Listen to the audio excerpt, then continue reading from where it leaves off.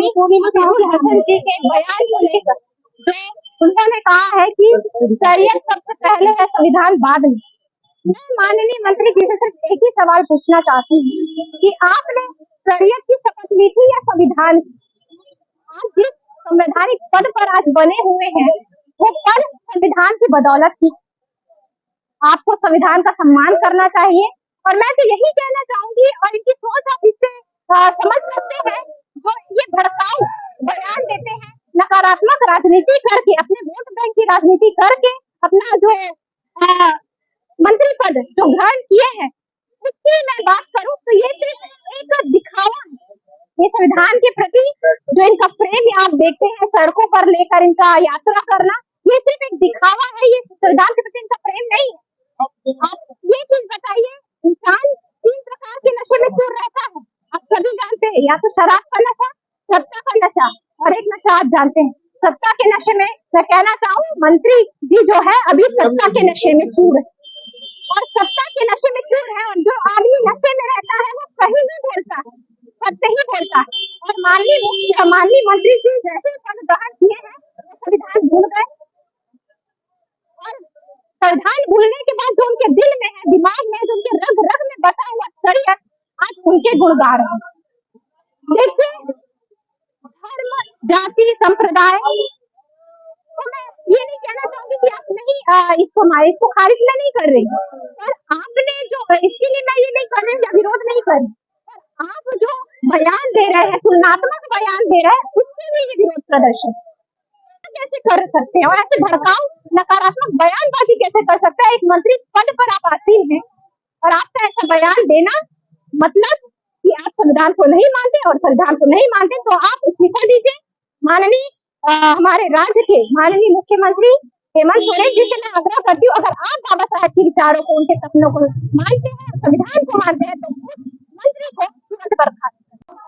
यहाँ पर हर 10 कोस पे हमारी भाषा बदलती है, हमारी भूषा बदलती है, हमारा भोजन बदलता है, हमारी विचारधारा बदलती है।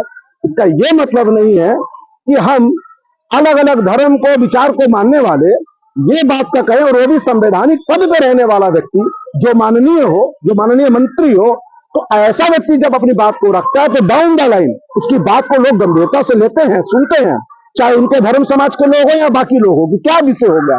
तो मैं समझता हूं कि बड़ा दिल दिखा करके माननीय मंत्री जी को इसको लेकर क्षमा मांगनी चाहिए।